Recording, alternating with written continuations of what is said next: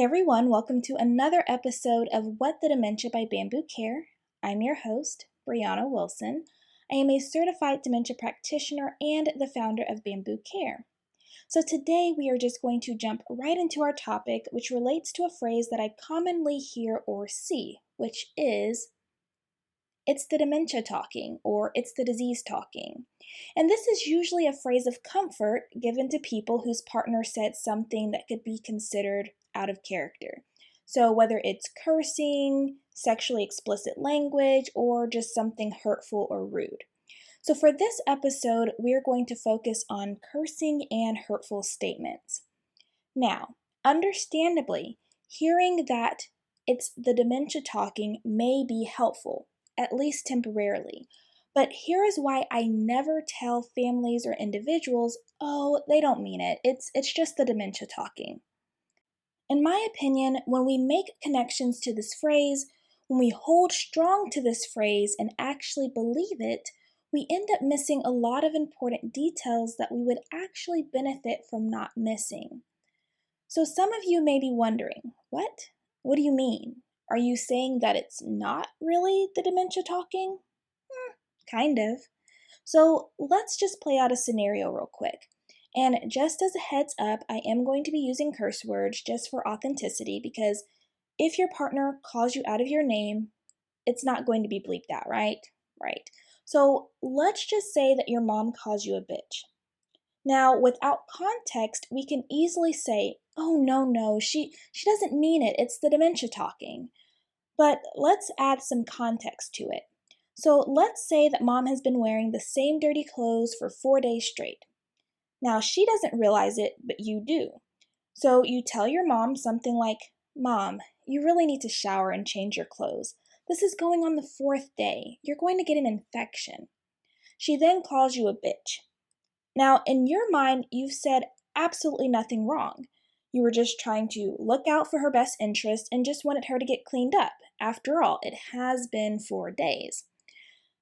Now, no one likes being called a bitch, and anytime you are called anything seemingly negative, hurtful, or hateful, it may hurt your feelings, which is completely understandable. But what I want you to do is try to look at name calling from a different perspective. Whether they call you a bitch, a liar, an asshole, an idiot, a waste of space, or they say that they wish you were dead. Okay? So you of course have the right to feel some type of way. But I urge you to try to learn to not take it quite so personal and instead use it as a red light indicator, if you will. So instead of looking at the result, which was unpleasant words shared by your partner, I want you to look at the event that led up to the result, as well as similar events, because what happened in a single event may not always have been the trigger. It could be like a cumulative effect. For example, if your partner often feels like they're always being told what to do and they don't like it, they may hold their peace up until the 10th time. And of course, they won't know what number of times it's been, but emotions tend to linger around a lot longer than event memory. So when the feeling has built up enough, then they may share a choice word or two with you, okay? So like I said, use the result as a red light indicator. In one of the previous episodes, I introduced you guys to the PANDA method, which is a method I came up with to help care partners adapt to, modify, or eliminate challenging behaviors in persons with dementia. So if you didn't listen to that episode, the PANDA of the PANDA method stands for pause, assess, narrow, determine, and apply. So for this episode, we're just going to focus in on the A, assess. So when you get this red light indicator, which in our little example scenario was your mother calling you a bitch, you want to assess what could have triggered that behavior. Why did she call you a bitch? So the things you want to assess are always the impacts, which is an acronym, and it stands for time, humans, environment, infection, medication, pain, approach, continence, temperament, and senses. Okay? Now, for the sake of time for this podcast, I'm only going to highlight a few, but they all can play an important role. Now, with dementia and brain cell death, it's important to know that there is often the loss of a filter, especially when there's been damage to the frontal lobe. So, for example, if someone does something we don't like, we may think it, but we don't always say it, right? With dementia, people are more likely to say whatever comes to their mind to say based on whatever it is that they are perceiving, whether it's based on facts or just merely the perception of their reality. Now, if the behavior is seemingly out of nowhere and mom is just cursing more, she's calling you names, just really acting out of character, you definitely want to first rule out infection to make sure that it isn't an infection like a UTI that's causing the exacerbation in behavior. Okay? Another thing that you want to be especially mindful of is your approach. Because as I always say, your approach sets the tone for the interaction, and your approach matters a lot, which is what I really want to focus on real quick.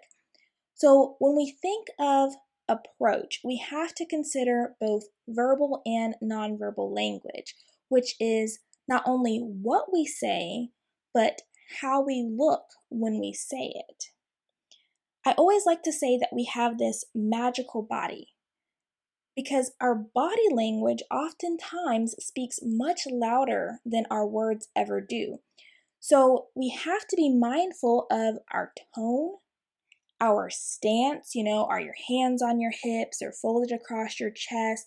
What does your face look like?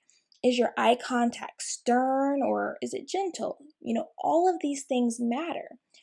And depending on the personality and sensitivity of your partner, your approach may be received differently as well, which is important to know. And it's also important to understand that it may fluctuate day to day. So something that you got away with one day might not fly the next. And so you have to be willing to accept that there may be some variability, okay? Now, some care partners may actually get a little irritated with this because it's like, well, dang, my partner calls me out of my name, and you're telling me that I just have to be okay with it and then play detective? Right? Again, it seems like all the attention is focused back on the person living with dementia, and the care partner has to just cope. I definitely understand the frustration with this, and I always encourage people to allow themselves to experience their full range of emotions because it really isn't healthy to bottle up your emotions. Plus, the reality is they're going to come out eventually, and when they do, it's not going to be pretty, guaranteed, okay? So definitely allow yourself to feel how you feel, which is also why pausing is so important. Okay, that's why it's the first part of the PANDA method. Sometimes you just need to pause, okay? But you can't linger there. And sometimes it seems like the easiest thing to do. It's a lot easier to just sit in your emotions than it is to try to figure out what you can do about it, okay? But usually when you do that, it only makes matters worse. So feel how you feel. Take a moment. Breathe, okay? And then assess what may have led to whatever went quote unquote wrong, okay? Because if we take the time to figure out why our partner may be calling us this name and that name, or why they always seem to have an attitude with us, it is very possible that we can figure out how to adapt to, modify, or eliminate the behavior altogether, which can actually end up improving your relationship with your partner and maintaining the integrity of the relationship. So please don't just accept that it's the dementia talking, okay? It's your partner talking, and they are trying to let you know something. And so my question to you is, are you willing to figure out what it is, despite however you may feel about what they have said or done?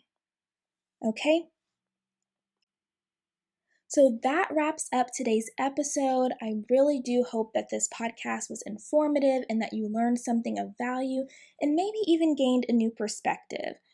Remember, we will be posting an episode twice a month until we can resume our normal posting schedule. So definitely follow or subscribe to our podcast if you haven't already. We really appreciate it.